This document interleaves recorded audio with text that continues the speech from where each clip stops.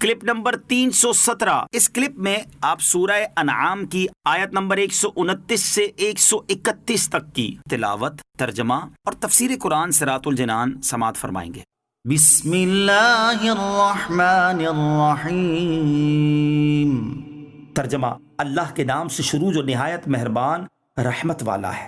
وَكَذَلِكَ نُوَلِّي بَعْضَ الظَّالِمِينَ بَعْضًا بِمَا كَانُوا يَكْسِبُونَ۔ ترجمہ، اور یوں ہی ہم ظالموں میں ایک کو دوسرے پر ان کے اعمال کے سبب مسلط کر دیتے ہیں۔ وَكَذَلِكَ نُوَلِّي بَعْضَ الظَّالِمِينَ بَعْضًا، اور یوں ہی ہم ظالموں میں ایک کو دوسرے پر مسلط کرتے ہیں، یعنی جس طرح ہم نے جنوں اور انسانوں کو رسوا کیا یہاں تک کہ انہوں نے ایک دوسرے سے فائدہ اٹھایا، اسی طرح ہم ظالموں میں سے ایک کو دوسرے پر ان کے اعمال کی وجہ سے مسلط کر دیتے ہیں اور ظالم کے ذریعے پکڑ فرماتے ہیں۔ ظلم کرنے والوں کو عبرت انگیز نصیحت، اس آیت مبارکہ میں ظلم کرنے والوں کے لیے بڑی نصیحت ہے۔ چنانچہ حضرت ابو عبداللہ محمد بن احمد قرطبی رحمۃ اللہ تعالی فرماتے ہیں، اس آیت میں ظلم کرنے والوں کو تنبیہ کی جا رہی ہے کہ اگر وہ اپنے ظلم سے باز نہ آئے تو اللہ تعالیٰ ان پر دوسرا ظالم مسلط کر دے گا جو انہیں ذلیل و خوار اور تباہ و برباد کر دے گا۔ اس آیت میں ہر قسم کے ظالم داخل ہیں، وہ شخص جو گناہ کر کے اپنی جان پر ظلم کرتا ہے، جو حاکم یا افسر اپنی رعایا اور ماتحت لوگوں پر ظلم کرتا ہے، جو تاجر جعلی اشیاء اور ملاوٹ والی چیزیں فروخت کر کے خریداروں پر ظلم کرتا ہے، اسی طرح جو چور اور ڈاکو مسافروں اور شہریوں سے لوٹ مار کر کے ان پر ظلم کرتے ہیں، یہ سب ظالم کی صف میں شامل ہیں۔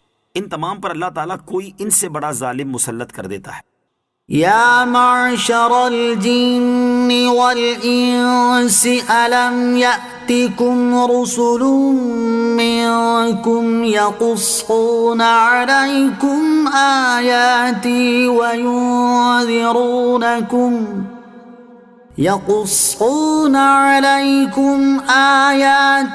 وَيُنذِرُونَكُمْ لِقَاءَ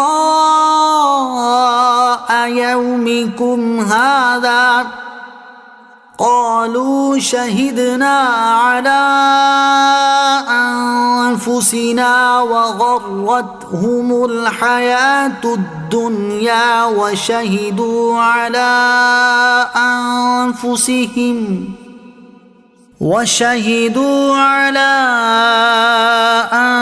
أنفسهم أنهم كانوا كافرين۔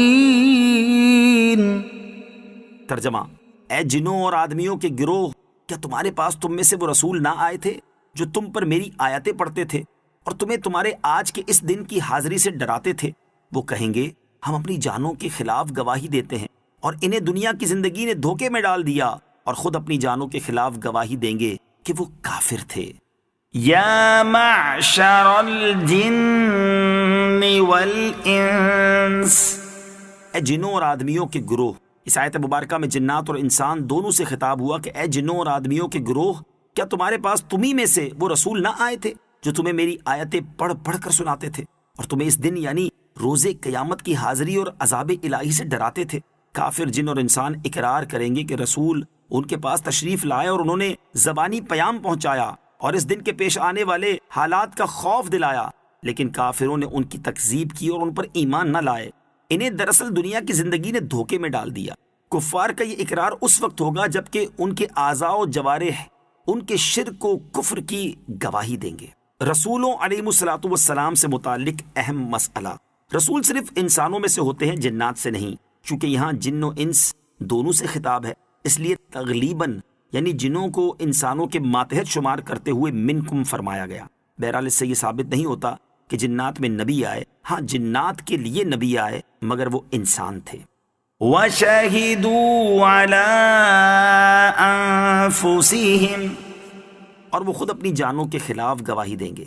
قیامت کا دن بہت طویل ہوگا اور اس میں حالات بہت مختلف پیش آئیں گے۔ جب کفار مومنین کے انعام و اکرام اور عزت و منزلت کو دیکھیں گے تو اپنے کفر و شرک سے انکار کر دیں گے، اور اس خیال سے کہ شاید مکر جانے سے کچھ کام بن جائے یہ کہیں گے واللہ ربنا ما کننا مشرکین، یعنی خدا کی قسم ہم مشرک نہ تھے، اس وقت ان کے منہوں پر مہریں لگا دی جائیں گی اور ان کے اعضاء ان کے کفر و شرک کی گواہی دیں گے. اسی کی نسبت اس آیت میں ارشاد ہوا وَشَهِدُوا عَلَىٰ أَنفُسِهِمْ أَنَّهُمْ كَانُوا كَافِرِينَ.